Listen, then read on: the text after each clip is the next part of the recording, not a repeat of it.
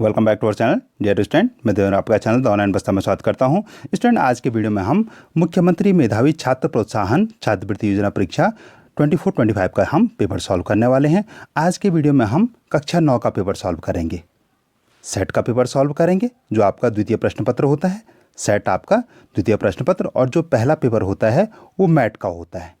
ठीक है, मैट आपका पहला पेपर और सेट आपका सेकंड पेपर होता है। सेम अगर आपने एनएमएस का पेपर दे रखा है तो लगभग सेम पेपर होता है। पेपर शुरू करने से पहले हम जो कुछ महत्वपूर्ण चीज़ें हैं, जो महत्वपूर्ण निर्देश हैं, इंस्ट्रक्शन हैं, इनके बारे में भी हम देख लेते हैं। तो स्टूडेंट, इसमें जो आपको टोटल प्रश्न आते हैं वो 100 क्वेश्चन आते हैं और इसके लिए आपको 120 मिनट का समय मिलता है, यानी 2 घंटे का समय मिलता है। और जो प्रश्न है 100 क्वेश्चन है और 100 मार्क्स के होंगे, यानी 100 मार्क्स का सेट का पेपर और 100 मार्क्स का मैट का पेपर आता है। ठीक है, जो पेपरों का अगर हम पैटर्न देख लें तो 40 क्वेश्चन एसएसटी से आते हैं, 20 क्वेश्चन आ रहे हैं मैथ से और लास्ट के जो 40 क्वेश्चन आते हैं वो साइंस से आते हैं। तो ये 100 क्वेश्चन हो गए और 100 मार्क्स के हो गए। जैसे स्टूडेंट, आप इस छात्रवृत्ति परीक्षा योजना के बारे में जानते होंगे आप कि ये आप अगर कक्षा 9 में इसको आप क्वालिफाई कर लेते हैं तो आपको ये कक्षा 9 और कक्षा 10 दोनों सालों में मिलती है। यानी कक्षा 9 में आपको 900 रुपये पर मंथ, यानी 900 रुपये पर मंथ मिलने के बाद यानी टोटल ये आपको 9th में मिलेंगे, आपको 10,800 रुपये की छात्रवृत्ति मिलेगी। और जब आप कक्षा 10 में जाएंगे तब आपको 1,000 रुपये पर मंथ की छात्रवृत्ति मिलेगी, यानी 10 में आपको 12,000 रुपये की छात्रवृत्ति मिलेगी। अगर आप इसको टोटल योग करेंगे इसको तो आपको 2 सालों एक बार निकालने पे आपको 22,800 रुपये की छात्रवृत्ति प्राप्त होगी। तो ये आपके करियर के लिए काफ़ी महत्वपूर्ण हो जाती है। ठीक है, इसमें आपको जो प्रश्न पत्र करने होते हैं वो OMR पत्रक में करने होते हैं। आप नीले या काले बॉल पेन से इनको गोला करेंगे। यद्यपि मैं समझ रहा हूँ कि आपको OMR भरना आता होगा, अगर नहीं आता तो मैं OMR कैसे भरें इसका लिंक डिस्क्रिप्शन में दे रहा हूँ, आप वहाँ से भी देख सकते हैं। OMR भरने की आपको खूब अच्छी प्रैक्टिस करनी चाहिए। यहाँ पे इंस्ट्रक्शन भी दे रखे हैं कि आपको OMR कैसे भरने, आपको इस प्रकार से पूर्ण रूप से गोला करना है। ठीक है, ABCD आ रखा होगा, जो भी सही विकल्प है उस पर आपको ढंग से गोला करना है, ये आधा गोला या टिक नहीं मारना है। ठीक है, अदरवाइज़ वो प्रश्न जांचा नहीं जाता है, क्योंकि जो OMR पत्रक है उसको कोई आदमी नहीं जांच रहा होता, उसको मशीन जांच रही होती है। ठीक है, तो इसलिए OMR को आपको अच्छे से भरना है और सिर्फ नीले और काले बॉल पेन का ही आपको इस्तेमाल करना है। तो चलिए अब पेपर हम शुरू करते हैं।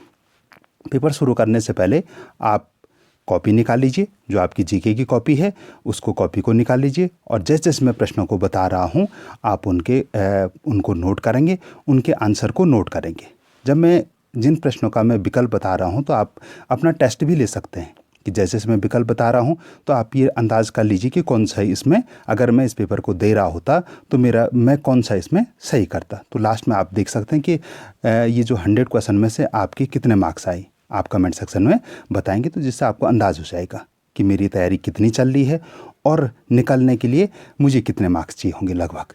ठीक है, निकलने के लिए आपको लगभग 70% अगर मार्क्स आते हैं आपके तो निकलने के चांसेस बनते हैं। यद्यपि मेरिट बनती है लेकिन 70% मार्क्स यानी 140 नंबर के आसपास आते हैं तो ये एक सिक्योर माना जा सकता है कि आप निकलने के चांसेस बनते हैं आपके। तो चलिए शुरू करते हैं।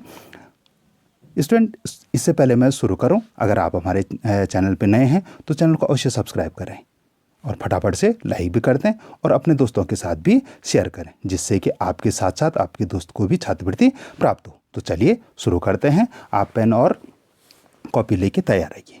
ये रहा हमारा पहला प्रश्न, भीमबेटका पुरा स्थल किस राज्य में स्थित है? तो हमारे पास ऑप्शन है मध्य प्रदेश, उत्तराखंड, उत्तर प्रदेश और कर्नाटक। तो इसका जो राइट आंसर है वो है ए, मध्य प्रदेश। ठीक है, उत्तराखंड में भी कुछ ऐसी ही गुफाएं हैं। ठीक है, जैसे भीमबेटका की गुफाएं हैं, उसमें भित्ति चित्र मिले। भीमबेटका की गुफाएं क्यों प्रसिद्ध हैं? क्योंकि वो उन गुफाओं में भित्ति चित्र मिले। तो उत्तराखंड में ऐसी कोई जगह है तो एक लखोटियार करके है। ठीक है, अगर आपने ये नाम सुना है लखोटियार, ये कहाँ है, किस डिस्ट्रिक्ट में है, तो आप कमेंट सेक्शन में बताएंगे कि लखोटियार कहाँ है। हो सकता है कि आपको नेक्स्ट बार जो क्वेश्चन आए कि लखोटियार उत्तराखंड के किस जनपद में स्थित है, इस प्रकार का प्रश्न आ सकता है। ठीक है, तो मैंने बता दिया लखोटियार उत्तराखंड में है। किस जनपद में है आप ये कमेंट सेक्शन में बताएंगे। नहीं पता है तो आप पूछेंगे तो मैं आंसर दूंगा आपको। चलिए क्वेश्चन नंबर हम 2 देख लेते हैं। अधिकांश हड़प्पा मोहरें किस पदार्थ की बनी हुई थी? जो हड़प्पा संस्कृति में जो मोहरें मिली हमको हड़प्पा मोहनजोदाड़ो में, तो वो किस पदार्थ की बनी हुई थी? तो हमारे पास ऑप्शन है तांबा, चांदी, कांसा और सेल खड़ी। तो इसका जो राइट आंसर है डी, सेल खड़ी। ठीक है, आप नोट भी करते रहेंगे। क्वेश्चन नंबर 3 देख लेते हैं हम। बौद्ध भिक्षुओं का शरण स्थल कहलाता था, यानी जहाँ जो बौद्ध भिक्षुओं का रहने का स्थल था वो क्या कहलाता था? तो हमारे पास ऑप्शन है सराय, धर्मशाला, आश्रम या बिहार। तो इसका जो राइट आंसर है डी, बिहार। उनको बौद्ध बिहार कहते थे हम। जैसे जो हमारे देश के जो प्रथम फेमस बिहार हैं, प्रथम तो नहीं कहूँगा लेकिन फेमस बिहार हैं, जैसे अजंता की गुफाएं हैं, कन्हेरी की गुफाएं हैं, औरंगाबाद की गुफाएं। आप नोट कर लीजिए, अजंता की गुफाएं नंबर 1, नंबर 2 कन्हेरी की गुफाएं और नंबर 3 औरंगाबाद की गुफाएं। ये बिहार का बहुत अच्छा एग्जाम्पल है। ठीक है, ये बौद्ध बिहारों का अच्छा एग्जाम्पल। तो आप इन तीनों को भी आप नोट कर लेंगे। ठीक है, अगर मैं जल्दी बोल रहा हूँ तो आप वीडियो को पॉज करें और क्वेश्चनों को नोट करें। प्रत्येक क्वेश्चन को नोट करें। आपका निकलना बहुत इंपॉर्टेंट है। ठीक है, आपके करियर के लिए बहुत इंपॉर्टेंट है, क्योंकि जो स्कॉलरशिप है वो बहुत अच्छी स्कॉलरशिप है। ठीक है, चलिए क्वेश्चन नंबर हम 4 देख लेते हैं। वह पुरा स्थल जहाँ गर्तवास बनाए जाने का प्रमाण मिले हैं। गर्तवास, ऐसा पुरा स्थल जहाँ गर्तवास बनाए जाने के प्रमाण मिले हैं। ठीक है, तो ये कौन सा है? इसके लिए जो राइट आंसर है वो है सी, बुर्जहोम। ठीक है, भीमबेटका तो हमने अभी बात की। ठीक है, तो ये इसका जो राइट आंसर है सी, बुर्जहोम। आप नोट करते रहेंगे। चलिए क्वेश्चन नंबर हम 5 देख लेते हैं। त्रिपक्षीय संघर्ष बहुत महत्वपूर्ण प्रश्न है। लगभग प्रत्येक साल इन प्रश्नों से कुछ ना कुछ क्वेश्चन आ रहे हैं। ये वाला टॉपिक है त्रिपक्षीय संघर्ष वाला, इसमें प्रत्येक साल कोई ना कोई क्वेश्चन आता है। इसमें त्रिपक्षीय संघर्ष किसके ऊपर नियंत्रण को लेकर लड़ा गया था? तो इसका जो मैं पहले आपको राइट आंसर बता देता हूँ। इसका राइट आंसर है ए, कन्नौज। ठीक है, इसके पीछे थोड़े से और हम इसको डिटेल में देख लेते हैं, क्योंकि बहुत महत्वपूर्ण प्रश्न है कि ये त्रिपक्षीय संघर्ष। अब इसमें सीधे सीधे नाम से ही देख रहे हैं कि इसमें 3 लोग लड़ रहे थे आपस में। तो ये 3 लोग कौन कौन थे? तो पहला था पाल, दूसरा था प्रतिहार और तीसरा था राष्ट्रकूट। यानी पाल, प्रतिहार और राष्ट्रकूट ये तीनों लड़ रहे थे इस प्लेस के लिए। ठीक है, और ये संघर्ष कितना चला? लगभग 200 सालों तक चला।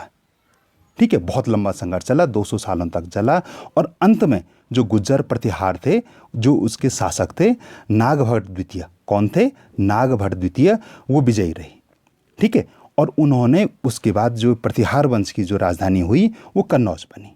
ठीक है, तो त्रिपक्षीय संघर्ष किस किस के बीच में लड़ा गया? एक प्रश्न ये आ सकता है, त्रिपक्षीय संघर्ष किस किस के बीच में लड़ा गया?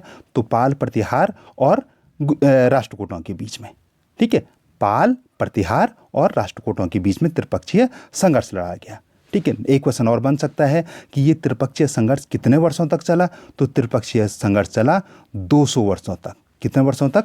200 वर्षों तक। इस त्रिपक्षीय संघर्ष में विजयी कौन रहा? तो इस त्रिपक्षीय संघर्ष में विजयी प्रतिहार वंश, गुज्जर प्रतिहार वंश के शासक नागभट्ट द्वितीय रहे। और उसके बाद क्या हुआ? इस संघर्ष का अंत क्या हुआ? नागभट्ट द्वितीय रहे और उसके बाद नागभट्ट ने कन्नौज को गुज्जर प्रतिहार की राजधानी बनाया। तो बहुत महत्वपूर्ण प्रश्न है, इसलिए मैंने इस पर काफ़ी टाइम लिया। एक प्रश्न पे ये 4 या 5 क्वेश्चन बन जाते हैं। ठीक है, चलिए क्वेश्चन नंबर हम 6 देख लेते हैं। रजिया किसकी पुत्री थी? जो रजिया सुल्तान है वो किसकी पुत्री थी? तो वो इल्तुतमिश की पुत्री थी।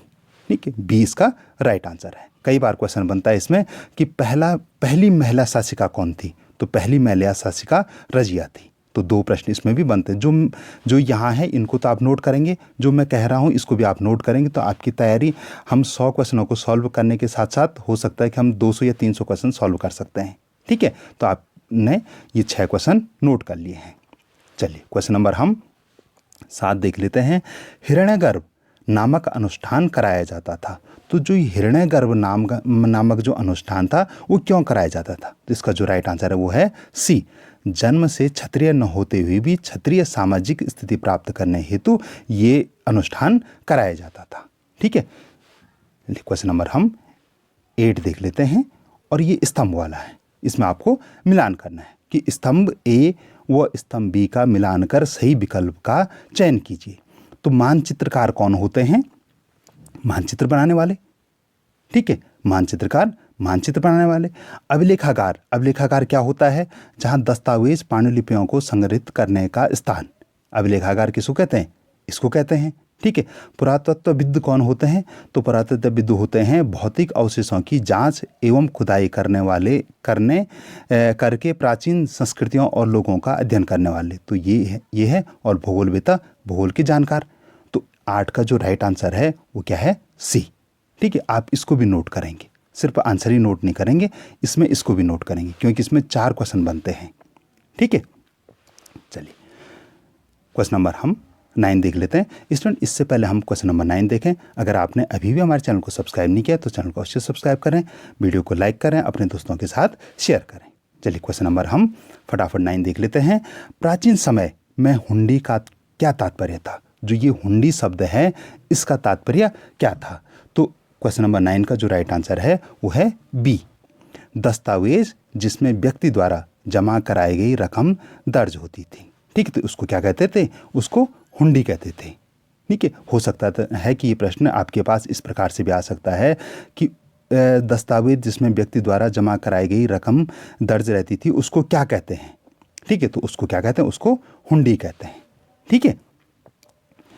चलिए क्वेश्चन नंबर हम 10 देख लेते हैं।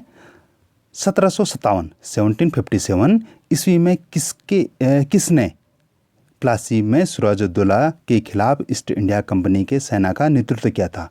मैं एक बार प्रश्न फिर से पढ़ लेता हूँ। 1757 ईस्वी में किसने प्लासी में सिराजुद्दौला के खिलाफ ईस्ट इंडिया कंपनी की सेना का नेतृत्व किया था? आप जानते हैं कि सिराजुद्दौला और ये प्लासी का युद्ध किस किस के बीच हुआ था? 1757 में अंग्रेज़ों और सिराजुद्दौला के बीच में हुआ था। तो इसमें अंग्रेज़ों की तरफ से जो सेना का नेतृत्व किसने किया था? तो इसका जो राइट आंसर है रॉबर्ट क्लाइव ने, ठीक है। ये युद्ध कब हुआ था? ये युद्ध हुआ था 23 जून। कई बार ये भी आ सकता है आपको कि ये युद्ध कब हुआ, तो 23 जून को हुआ था। 23 जून 1757 को हुआ था। और सिराजुद्दौला का जो सेनानायक था वो कौन था? मीर जाफर था। और उसने सिराजुद्दौला के साथ विश्वासघात किया था और सिराजुद्दौला हार गया था, ठीक है। समझ गए? तो ये वाली कहानी भी आप नोट कर लेंगे कि युद्ध कब हुआ?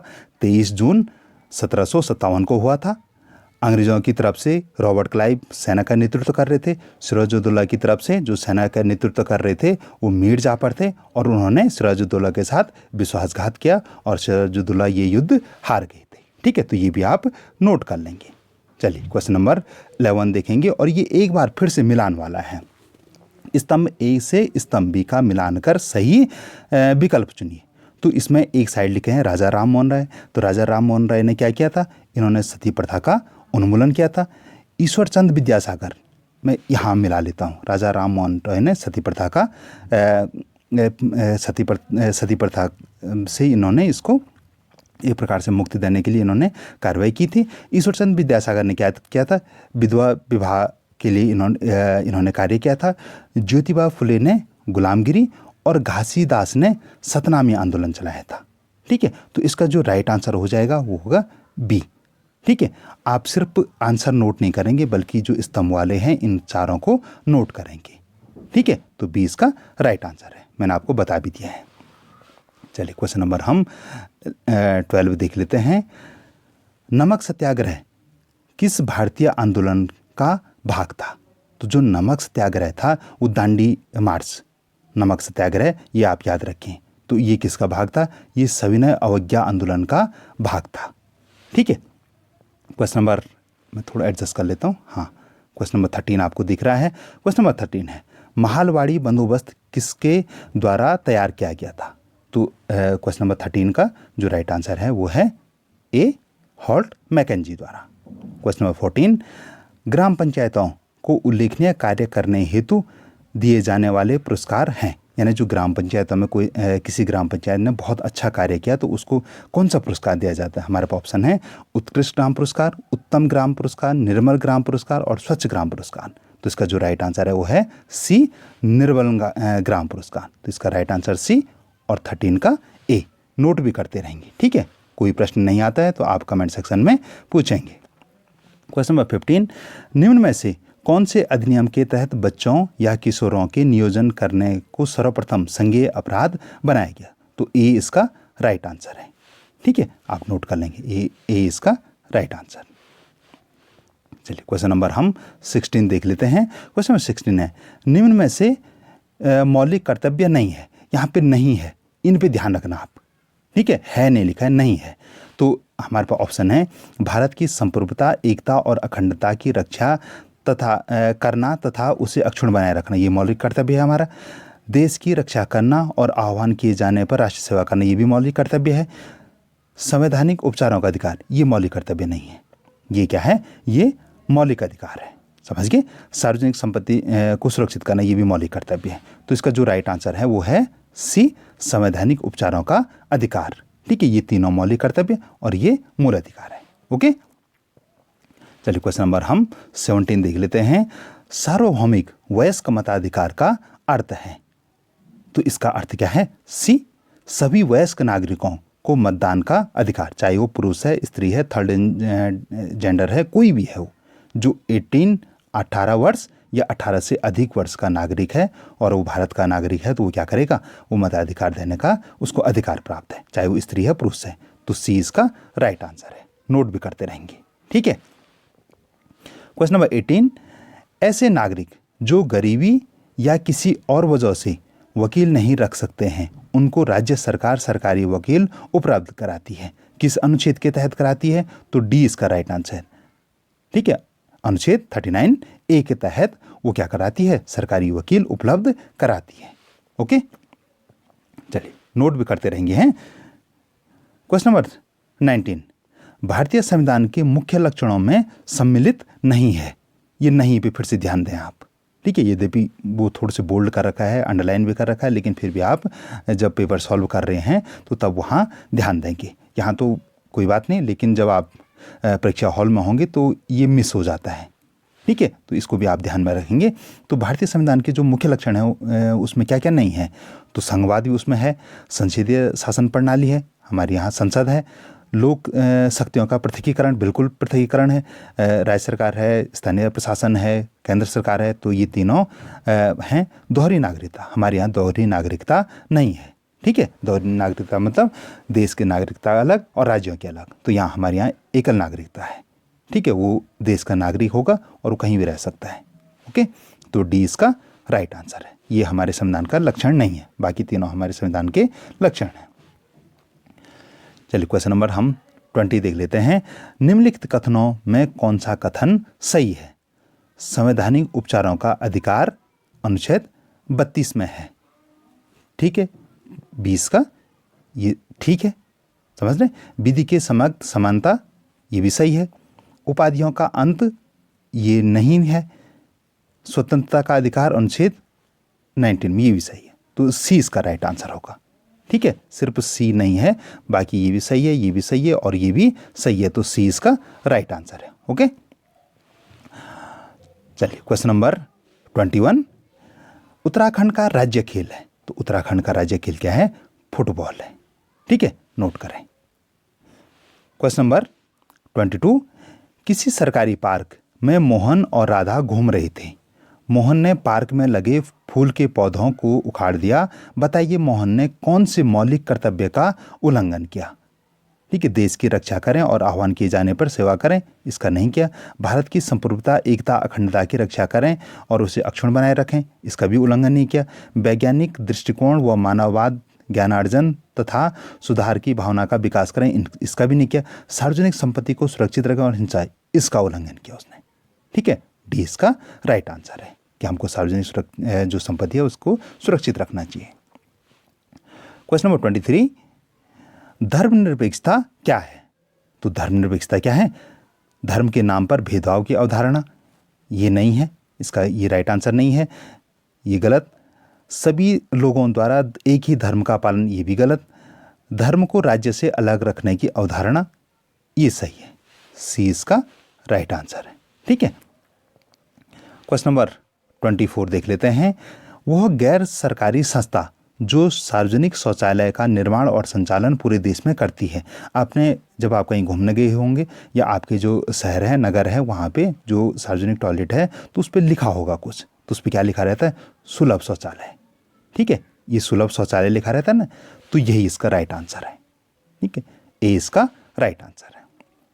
क्वेश्चन नंबर 25, उत्तराखंड में सबसे अधिक जनसंख्या वाली जनजाति कौन सी है?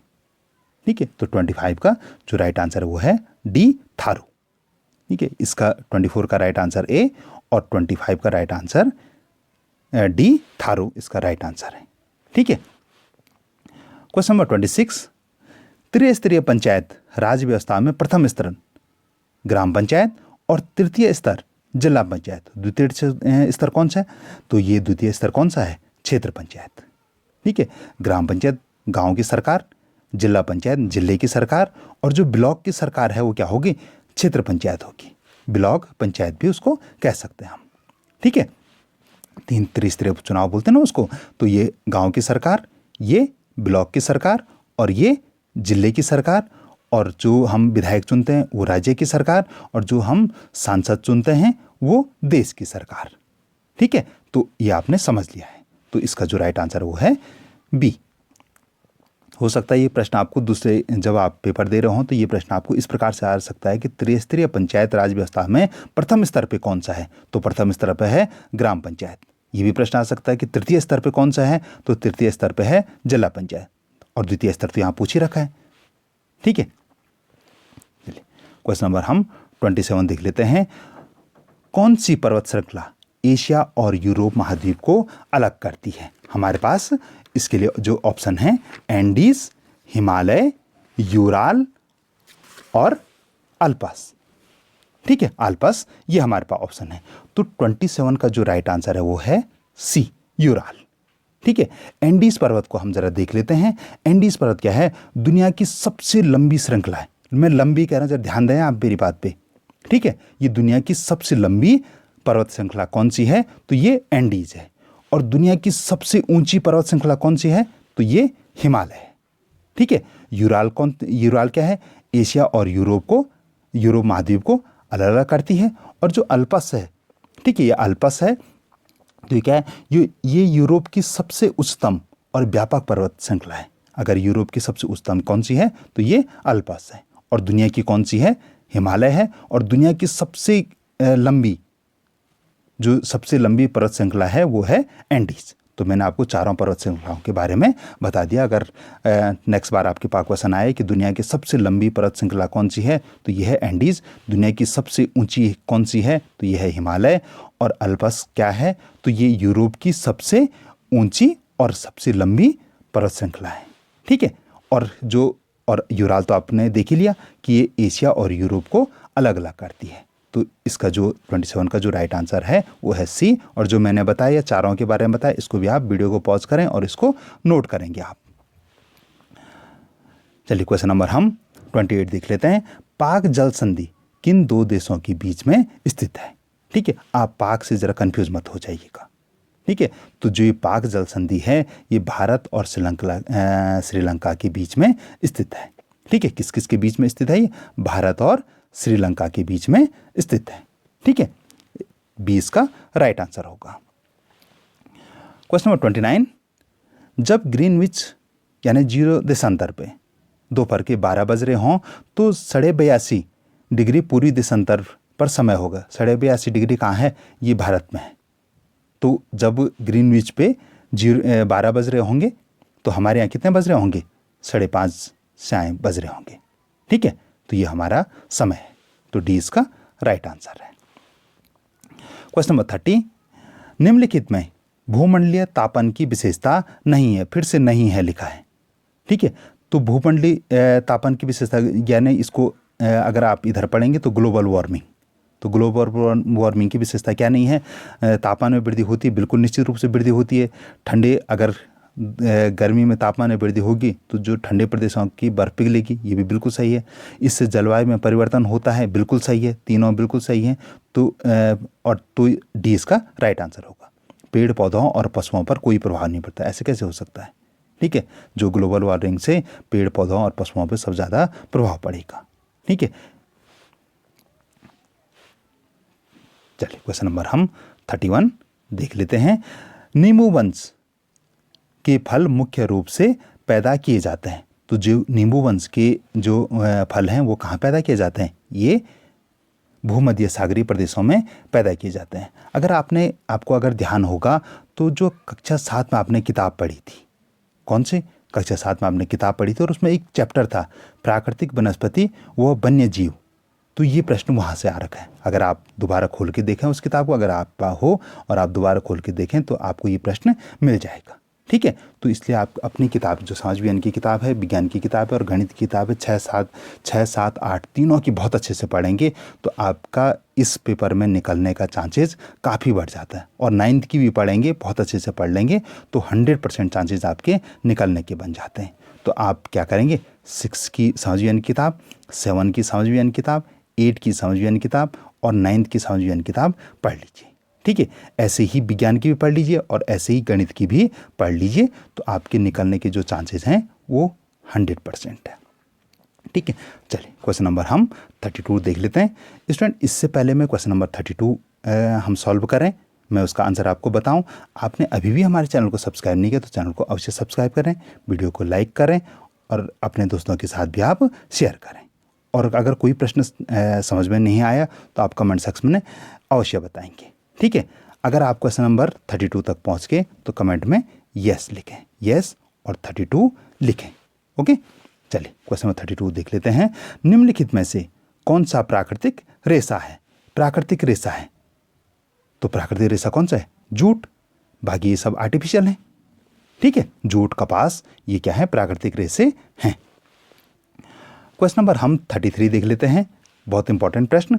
स्टेपी घास स्थल पाए जाते हैं। जो स्टेपी घास के मैदान पाए जाते हैं वो कहाँ पाए जाते हैं? मध्य एशिया में। ठीक है, ऑस्ट्रेलिया के घास के मैदानों को क्या कहते हैं? दक्षिण अफ्रीका के घास के मैदानों को क्या कहते हैं? और दक्षिण अमेरिका के घास के मैदानों को क्या कहते हैं? क्या आपको पता है? अगर आप पता है तो मेरे बताने से पहले जरा आप कमेंट सेक्शन में बताएंगे कि हाँ मुझे पता था। और जिनको पता नहीं है तो मैं उनको बता देता हूँ कि ऑस्ट्रेलिया के जो घास के मैदानों को डाउन्स कहते हैं। क्या कहते हैं? Downs, downs. ठीक है, डाउन्स कहते हैं। ओके, यहाँ पे नहीं, यहाँ पे। ठीक है, डाउन्स कहते हैं। और जो दक्षिण अफ्रीका के घास के मैदान हैं उनको वेल्ड कहते हैं, उनको वेल्ड कहते हैं। और जो दक्षिण अमेरिका है उनको पंपास। ठीक है, उनको क्या कहते हैं? पंपास। इनको पंपास, दक्षिण अमेरिका के पंपास, दक्षिण अफ्रीका के वेल्ड, ऑस्ट्रेलिया के डाउन्स और मध्य एशिया के स्टेपी। ओके, चलिए क्वेश्चन नंबर हम 34 देख लेते हैं। निम्न में से कौन सा एक नवीकरणीय संसाधन है? तो हमारे पास ऑप्शन है जल, कोयला, पेट्रोलियम, प्राकृतिक गैस। तो ए इसका राइट आंसर है। ठीक है, क्वेश्चन नंबर 35, उद्यान कृषि का अर्थ है। उद्यान कृषि का अर्थ है, तो उद्यान का अर्थ क्या है? फल और सब्जियों को उगाना, गेहूँ उगाना, आदिम कृषि, धान उगाना, ये एग्रीकल्चर कहेंगे हम, इसको हॉर्टिकल्चर नहीं कहेंगे। ठीक है, हॉर्टिकल्चर किसको कहेंगे हम? Growing fruits and vegetables. ठीक है, ग्रोइंग व्हीट्स, राइस, इनको हम एग्रीकल्चर कहते हैं। ठीक है, और फूल उगाने के लिए फ्लोरिकल्चर कहते हैं। ओके, इसको भी नोट करेंगे आप। क्वेश्चन नंबर 36 देख लेते हैं। निम्नलिखित में से कौन सी विधि तीव्र ढालों पर मृदा अपरदन को रोकने के लिए सर्वाधिक उपयुक्त है? ठीक है, तो इसके लिए ए इसका राइट आंसर। ठीक है, वेदिका कृषि, वेदिका कृषि 36 का जो राइट आंसर है वो है ए। क्वेश्चन नंबर 37 देख लेते हैं हम। सलाल जल विद्युत परियोजना निम्नलिखित में से किस राज्य में स्थित है? हमारे पास ऑप्शन है उत्तराखंड में, जम्मू कश्मीर में, बिहार में, पंजाब में। तो बी इसका राइट आंसर है। ये कहाँ सलाल जल विद्युत परियोजना कहाँ है? जम्मू कश्मीर में स्थित है। क्वेश्चन नंबर 38, निम्नलिखित कृषि निम्नलिखित में से किस क्रियाकलाप के अंतर्गत आता है? तो ये काफ़ी महत्वपूर्ण प्रश्न बन जाता है कि कृषि किसके अंतर्गत आता है। तो कृषि आती है प्राथमिक क्रियाकलाप के अंतर्गत। ठीक है, आपने अगर अर्थशास्त्र की किताब पढ़ी होगी तो उसमें आपने ये क्रियाकलापों के बारे में पढ़ा होगा। तो कृषि किसके अंतर्गत आती है?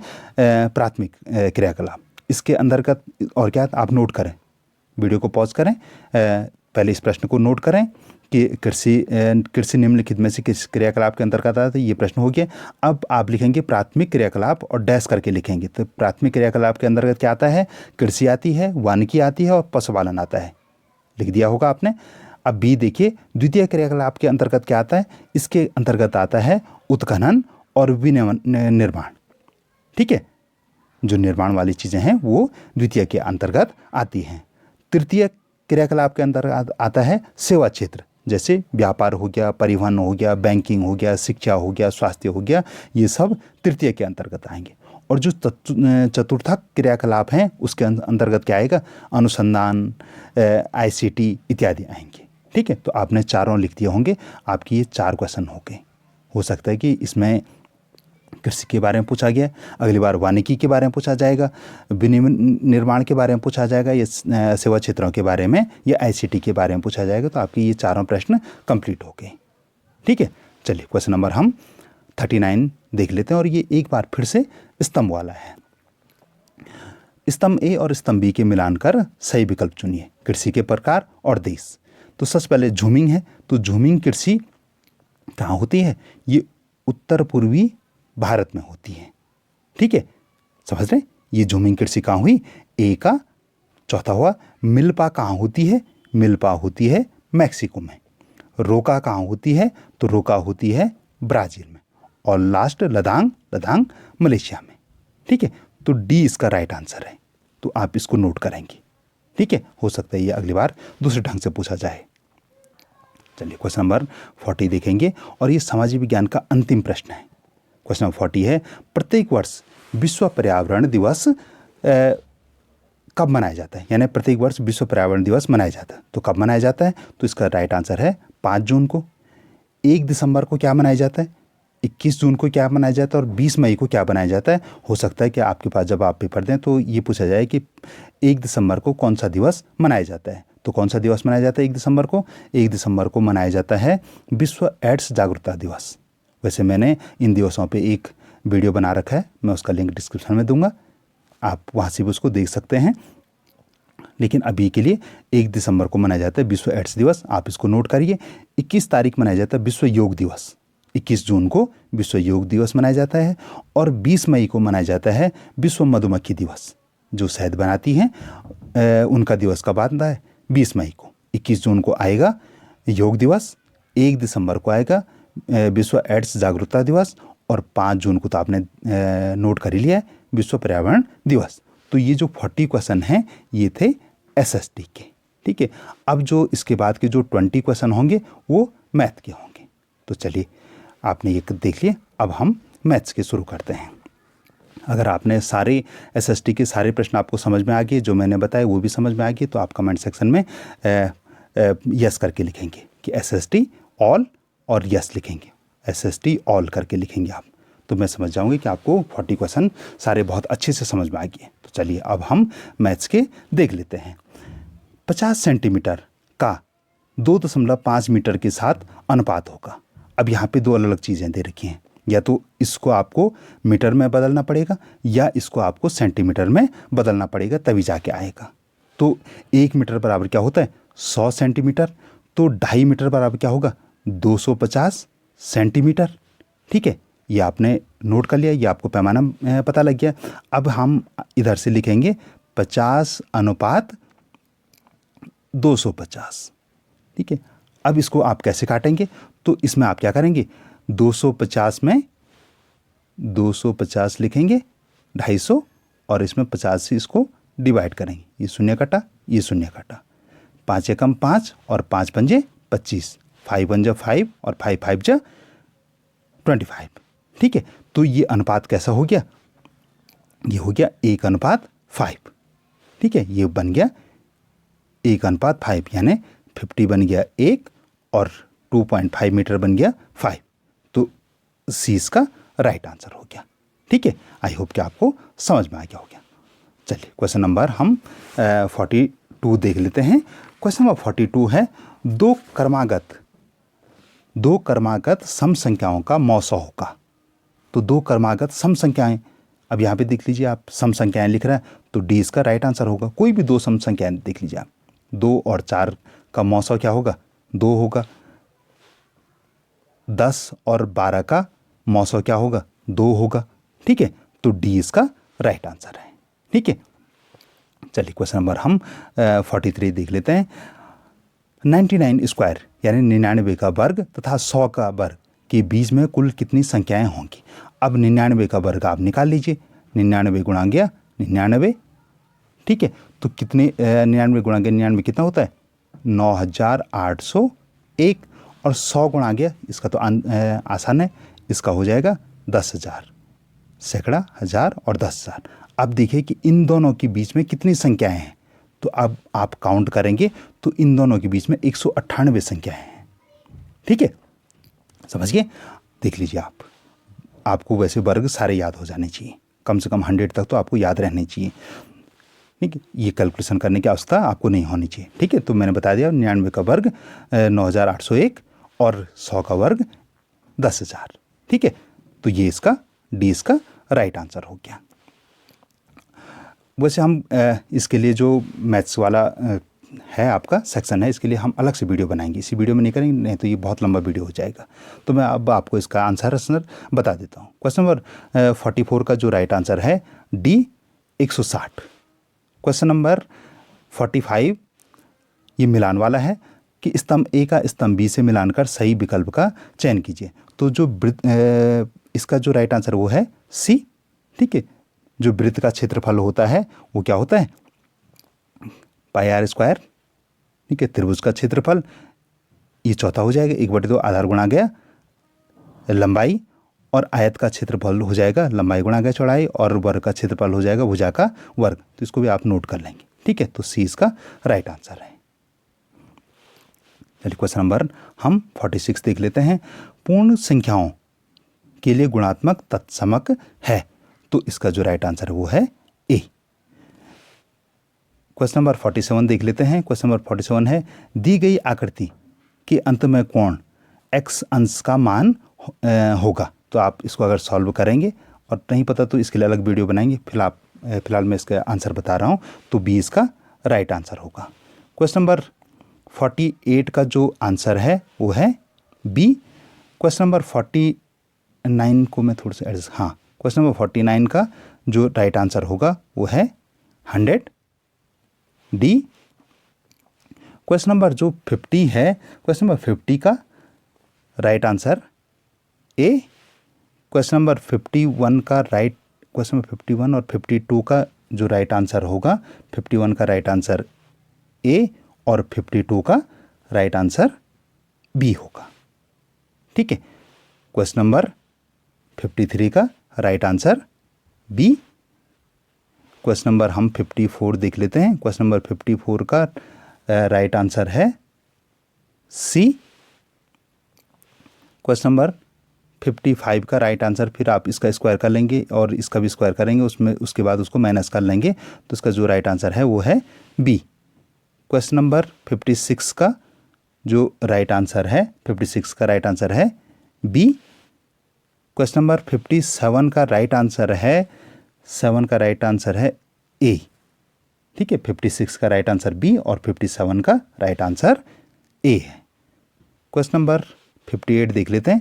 क्वेश्चन नंबर 58 में इसमें है क्वेश्चन, अंग्रेजी वर्णमाला के एक स्वर को प्राप्त करने की प्रयागता होगी।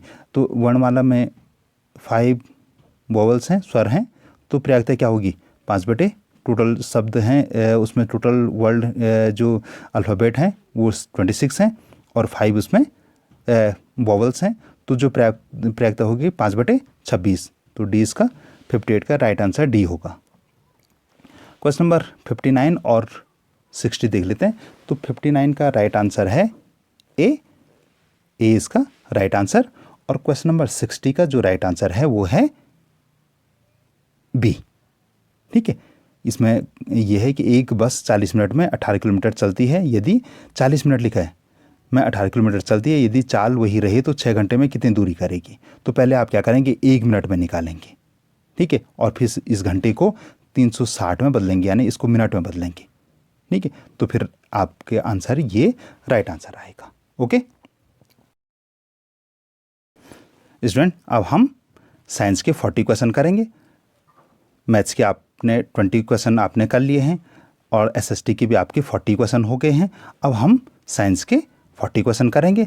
स्टूडेंट, अभी भी आपने अगर हमारे चैनल को सब्सक्राइब नहीं किया तो चैनल को अवश्य सब्सक्राइब कर दें, वीडियो को लाइक करें, अपने दोस्तों के साथ भी शेयर करें और सबसे इंपॉर्टेंट क्वेश्चन आप प्रत्येक क्वेश्चन को नोट करें। जो प्रश्न नहीं आ रहे हैं उनको आप कमेंट में पूछेंगे, ठीक है।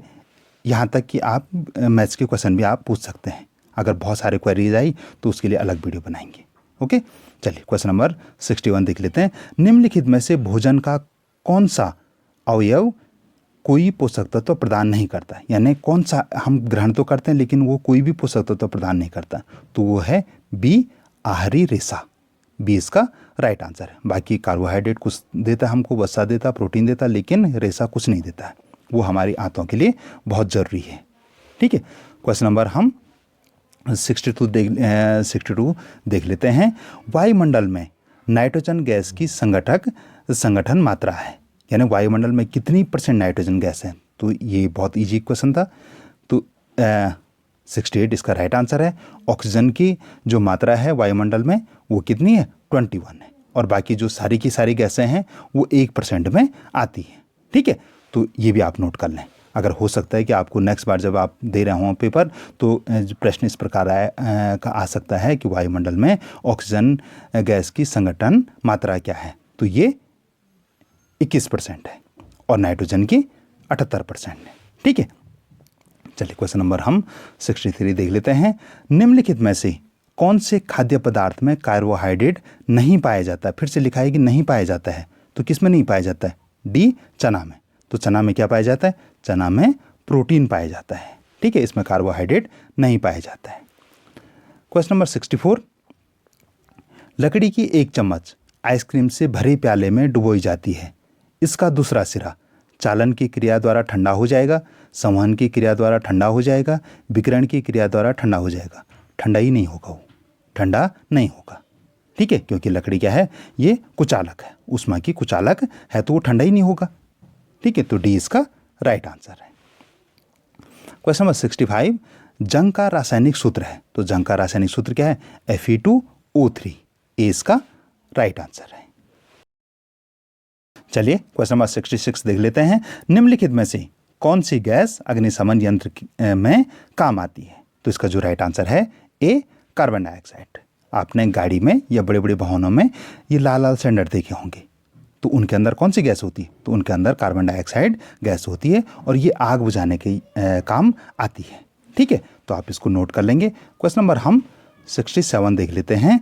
जंग को रोकने के लिए किस धातु का गैल्वनीकरण किया जाता है। तो गैल्वनीकरण क्या है पहले, तो लोहे पे जंग रोकने के लिए जो जिंक लगाने की प्रक्रिया है, जिंक की परत चढ़ाने की प्रक्रिया है, उसको क्या कहते हैं, गैल्वनीकरण कहते हैं। तो इसका जो राइट आंसर है वो है बी, जिंक। और जंग किस पे लगता है, लोहे पे लगता है। अभी हमने जंग का सूत्र पढ़ा था, अगर आपको याद है तो आप कमेंट में लिखेंगे, अगर नहीं पता तो एक बार फिर से देख लो। आप जिंक का सूत्र बताएंगे, एल्यूमिनियम का सूत्र बताएंगे और कॉपर का सूत्र आप कमेंट में बताएंगे, जिससे मुझे ये पता लगे कि आप यहाँ तक पहुँच गए, क्वेश्चन नंबर 67 तक पहुँच गए और आपकी तैयारी बढ़िया चल रही है। चलिए नेक्स्ट क्वेश्चन देख लेते हैं हम। सफ़ेद फास्फोरस का कमरे के तापमान में वायु की उपस्थिति में जलना कहलाता है। सफ़ेद फास्फोरस अपने आप जलता है, ठीक है। तो इसका जो राइट आंसर है वो है सी, स्वतः दहन।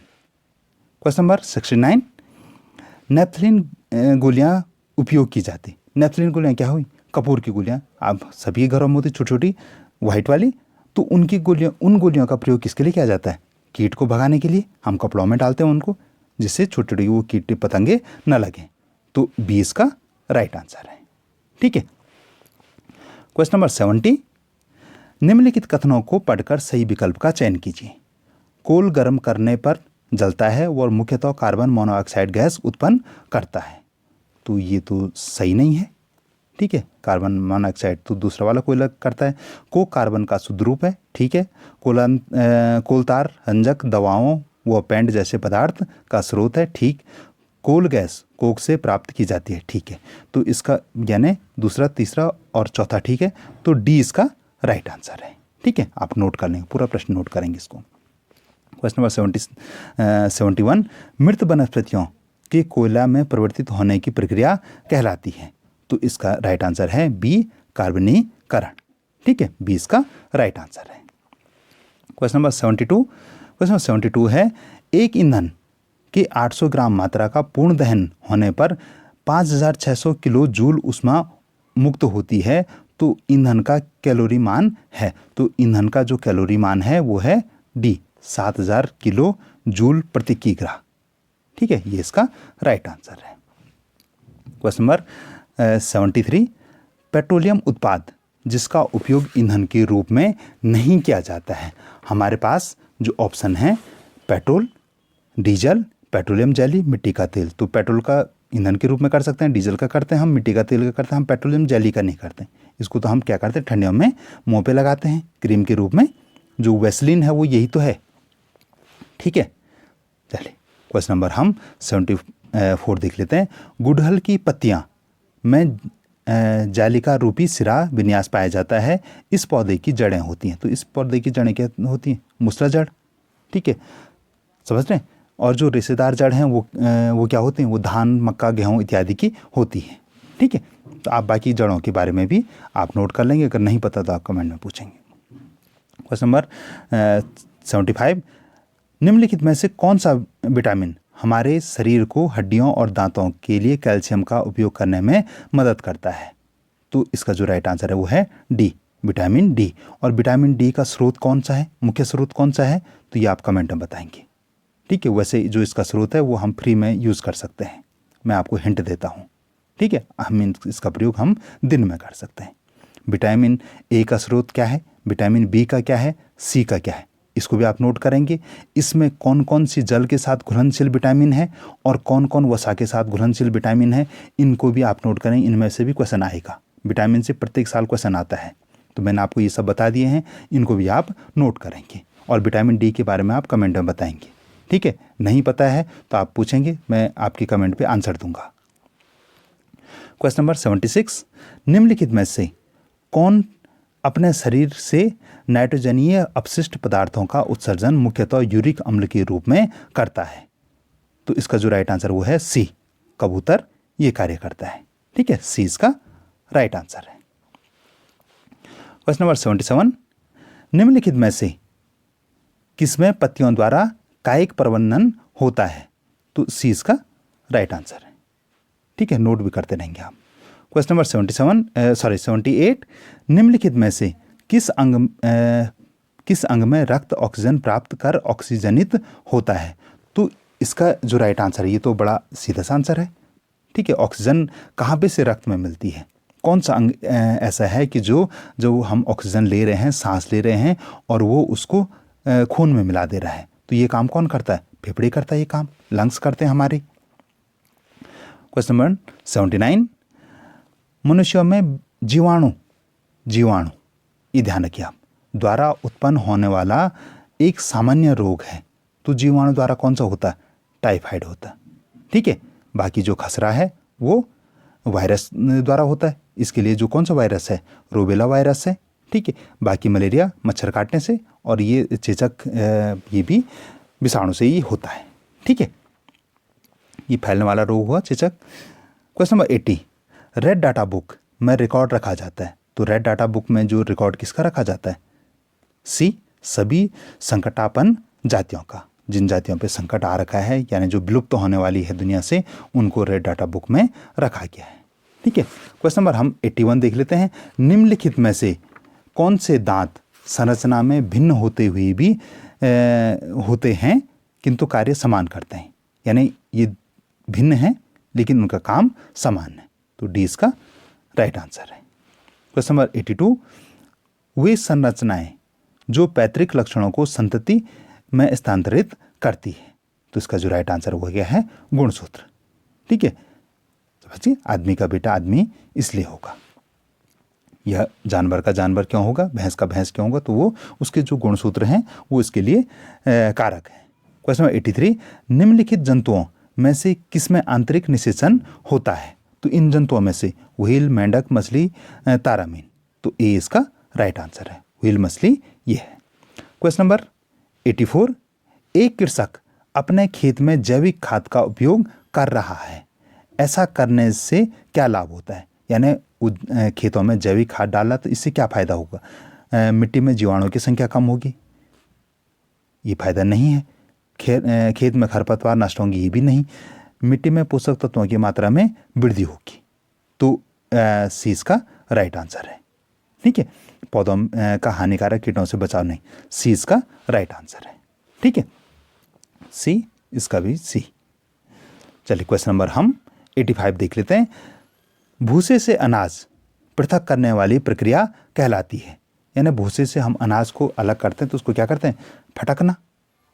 ठीक है, हम सूप के द्वारा करते हैं इसको, भूसे को अनाज करते, धान को, उसके जो उसमें कंकड़ पत्थर इत्यादि हैं या दालों में हैं तो उनको सूप से करते हैं। तो जो सूप से फटकते हैं तो उससे को क्या करते हैं? उससे अलग कर लेते हैं, तो इसको हम फटकना कहेंगे। क्वेश्चन नंबर 86, निम्नलिखित कथनों में धमनियों से संबंधित सही कथन का चयन कीजिए। धमनियाँ हृदय से ऑक्सीजन युक्त रक्त फेफड़ों में ले जाती हैं। नहीं। धमनियों की भित्ति मोटी एवं लचीली होती है, 20 का राइट आंसर है। धमनियों के कपाट पाए जाते हैं, 20 का राइट आंसर है। ठीक है, क्वेश्चन नंबर 87, निम्नलिखित में से कौन सा कथन सत्य है? इसमें आपको देखना है। अमरबेल एक पादप परजीवी है, ए इसका राइट आंसर है। ठीक है, क्वेश्चन नंबर 88 देख लेते हैं। सूर्य के चारों ओर घूमती हुई पृथ्वी द्वारा निम्नलिखित में से किस प्रकार की गति प्रदर्शित नहीं की जाती है, लिखा है। ठीक है, तो हमारे पास ऑप्शन है वृत्ताकार, घूर्णन, सरल रेखीय, सी इसका राइट आंसर है। ठीक है, सरल रेखीय ये गति नहीं पाई जाती है। क्वेश्चन नंबर हम 89 देखेंगे। एक स्वतंत्रता पूर्वक लटकाया हुआ छड़ चुम्बक हमेशा ठहरता है। तो इस प्रकार का जो छड़ चुम्बक है वो कहाँ ठहरेगा? वो ठहरेगा उत्तर दक्षिण दिशा में। ठीक है, आप कोई भी चुम्बक देखेंगे तो वो जो छड़ चुम्बक है वो उत्तर दक्षिण दिशा में ही ठहरेगा। ठीक है, क्वेश्चन नंबर हम 90 देख लेते हैं। क्वेश्चन नंबर 90 है, विद्युत सेल एक युक्ति है जो विद्युत ऊर्जा को प्रकाश ऊर्जा में बदलती नहीं, रासायनिक ऊर्जा को विद्युत ऊर्जा में बदलती है, 20 का राइट आंसर है। ठीक है, चलिए क्वेश्चन नंबर 91 देख लेते हैं। देहरादून से दिल्ली तक की दूरी 360 किलोमीटर है। यदि एक बस 10 मीटर पर सेकंड की चाल से चल रही हो तो उससे देहरादून से दिल्ली तक पहुंचने में समय लगेगा। ऐसा ही प्रश्न एक मैथ्स में आया था। अगर आपने वो सॉल्व कर लिया होगा तो ये प्रश्न आपके लिए बहुत ईजी हो गया होगा। ठीक है, तो इसमें देखेंगे कि एक सेकंड में कितना चल रहा हो? 10 मीटर। ठीक है, तो एक मिनट में चलेगा बराबर 10 गुणा गया 60 बराबर 600 मीटर। ठीक है, एक घंटे में चलेगा बराबर 600 गुणा गया 60 बराबर 36,000 मीटर। ठीक है, एक घंटे में कितना चल रहा है? 36,000 मीटर। ठीक है, तो 10 घंटे में चलेगा। अब इसको आप क्या कर सकते हैं, और सरल करने के लिए इसको आप मीटर में बदल देंगे, किलोमीटर में बदल देंगे। तो एक घंटे में चल रहा वो 36 किलोमीटर, तो 10 घंटे में चलेगा वो कितना? 360 किलोमीटर। तो ए इसका राइट आंसर है। ठीक है, आप इसको सॉल्व कर लें। अगर नहीं आया समझ में, आप कमेंट पूछेंगे तो मैं सॉल्व करके बताऊंगा। क्वेश्चन नंबर 92, घर्षण बल निर्भर करता है। तो घर्षण बल किस पे निर्भर करता है? तो तल के खुरदरेपन पे, बिल्कुल। तल के चिकनेपन पे, बिल्कुल। तल के झुकाव पे, बिल्कुल। तो डी इसका राइट आंसर है। ठीक है, क्वेश्चन नंबर 93, क्वेश्चन नंबर 93 देख लेते हैं हम। निम्नलिखित में से कौन सौर मंडल का सदस्य नहीं है? तो क्षुद्र ग्रह, उपग्रह, नक्षत्र और तारामंडल, पुछल तारा और धूमकेतु। तो सी इसका राइट आंसर है। ये हमारे सौरमंडल के जो सदस्य हैं ये बिल्कुल नहीं है, बाकी कभी न कभी हैं ही। ठीक है, उपग्रह है, चंद्रमा उपग्रह है हमारा। ठीक है, क्वेश्चन नंबर 94 देख लेते हैं। एक पानी के गिलास में रखे नींबू बड़े हुए दिखाई देते हैं क्योंकि पानी अपने घनत्व के कारण उत्तल लेंस की भांति व्यवहार करता है। तो ए इसका राइट आंसर है। ठीक है, ये बिल्कुल सही है। क्वेश्चन नंबर हम 95 देख लेते हैं। क्वेश्चन नंबर 95 है, एक कार का पश्च दर्पण समतल दर्पण है, यानी जो पीछे देखने वाला दर्पण है वो समतल दर्पण है। ड्राइवर अपनी कार को 2 मीटर पर सेकंड की चाल से पीछे करते समय पश्च दृश्य दर्पण में अपनी कार के पीछे खड़े पार्क किए हुए किसी ट्रक का प्रतिबिंब देखता है तो ड्राइवर को ट्रक का प्रतिबिंब जिस चाल से अपनी ओर आता हुआ प्रतीत होगा। तो किस चाल से वो ड्राइवर को अपनी ओर आता हुआ प्रतीत होगा? तो ए इसका राइट आंसर है। चलिए क्वेश्चन नंबर 96 देख लेते हैं। ये कथन और कारण वाला प्रश्न है। तो कथन देख लेते हैं हम। भिन्न भिन्न आवश्यकताओं के लिए विभिन्न पदार्थ और विभिन्न लंबाई तथा मोटाई के तारों का प्रयोग किया जाता है। बिल्कुल सही है, कथन सही है। कारण देखते हैं। तार में उत्पन्न ऊष्मा की मात्रा तार के पदार्थ, लंबाई तथा मोटाई पे निर्भर करता है। ये भी सही है। तो ए इसका राइट आंसर है। ए तथा आर दोनों सत्य हैं। आर ए की सही व्याख्या करता है। तो ए इसका राइट आंसर है। आप नोट भी करते रहेंगे। क्वेश्चन नंबर 97 देख लेते हैं हम। चालक तार के किस गुण का उपयोग वैद्युत फ्यूज बनाने के लिए किया जाता है? तो इसका जो राइट आंसर है बी, निम्न गलनांक। स्टूडेंट, आपके लिए एक इन्फॉर्मेशन है कि अगर आप हमारे व्हाट्सएप चैनल से जुड़ना चाहते हैं तो मैं उसका लिंक डिस्क्रिप्शन में दे रहा हूं। उसमें भी हम डेली बेसिस पे कुछ न कुछ जीके इत्यादि के प्रश्न अपलोड करते रहते हैं। जैसे डेली बेसिस पे करंट अफेयर हुआ और कुछ जीके के प्रश्न हुए और कुछ वीडियो इत्यादि उसमें भी पोस्ट करते रहते हैं। समाचार हम उसमें पोस्ट करते रहते हैं, तो आप उससे भी जुड़ सकते हैं। मैं उसका लिंक डिस्क्रिप्शन में दे रहा हूं, आप उससे भी जुड़ें, जिससे कि आपकी जो स्कॉलरशिप में निकलने के जो चांस हैं वो और बढ़ जाएं और आप 100% उसमें निकलें, आपको 100% स्कॉलरशिप प्राप्त हो। तो चलिए नेक्स्ट प्रश्न देख लेते हैं। जो नेक्स्ट क्वेश्चन है क्वेश्चन नंबर 98। निम्नलिखित में से कौन सा रंग सफ़ेद प्रकाश की किरण में नहीं पाया जाता है? तो हमारे पास ऑप्शन है लाल, हरा, पीला, काला। तो इसका जो राइट आंसर है वो है डी, काला। क्वेश्चन नंबर 99 देख लेते हैं। क्वेश्चन नंबर 99 है मानव कानों के लिए श्रव्यता परास है। तो जो हमारे कानों के लिए जो श्रव्यता परास है वो कितना है? 20 हर्ट्ज से 20,000 हर्ट्ज। तो डी इसका राइट आंसर है। क्वेश्चन नंबर 100 और आज की वीडियो का हमारा अंतिम प्रश्न कथन है। ये भी कथन और कारण वाला है। कथन है गुरुत्वाकर्षण बल के कारण सेब जमीन पर गिरता है। कथन बिल्कुल सही है। कारण गुरुत्वाकर्षण बल एक संपर्क बल है, ये नहीं है। गुरुत्वाकर्षण बल एक संपर्क बल नहीं है। ये क्या है? एक संरक्षी बल है। आप नोट करें, ये कैसा बल है? एक संरक्षी बल है। संपर्क बल क्या होता है? जैसे हमने गेंद पे लात मारी, आप फुटबॉल खेल रहे थे, आपने उस पर किक मारी, तो वो बल क्या है? आपके इसके संपर्क आया, ठीक है, तो ये संपर्क लगा, तो ये वाला बल क्या है? संपर्क बल है। तो इसलिए इसका जो राइट आंसर होगा वो है सी। ये ए सही है, कथन सही है, लेकिन कारण क्या है? बिल्कुल असत्य बल, ठीक है। ये संपर्क बल नहीं है, ये क्या है? गुरुत्वाकर्षण बल संरक्षी बल होता है। तो डियर स्टूडेंट, ये था हमारा आज का वीडियो। आई होप कि आपको सारे 100 क्वेश्चन और जो मैंने कही वो सारे प्रश्न आपको समझ में आए होंगे। अगर कोई प्रश्न समझ में नहीं आया तो आप उसको कमेंट सेक्शन में बताएंगे। आपने 100 प्रश्न नोट कर लिए, आपको सारे प्रश्न समझ में आ गए और अभी भी आपने हमारे चैनल को सब्सक्राइब नहीं किया तो चैनल को अवश्य सब्सक्राइब करें, वीडियो को लाइक करें, अपने दोस्तों के भी आप शेयर करें। आप अवश्य इस स्कॉलरशिप में निकलें। मेरी बहुत बहुत शुभकामनाएं। आप 100% इस स्कॉलरशिप में निकलें। मेरी बहुत बहुत शुभकामनाएं हैं। धन्यवाद।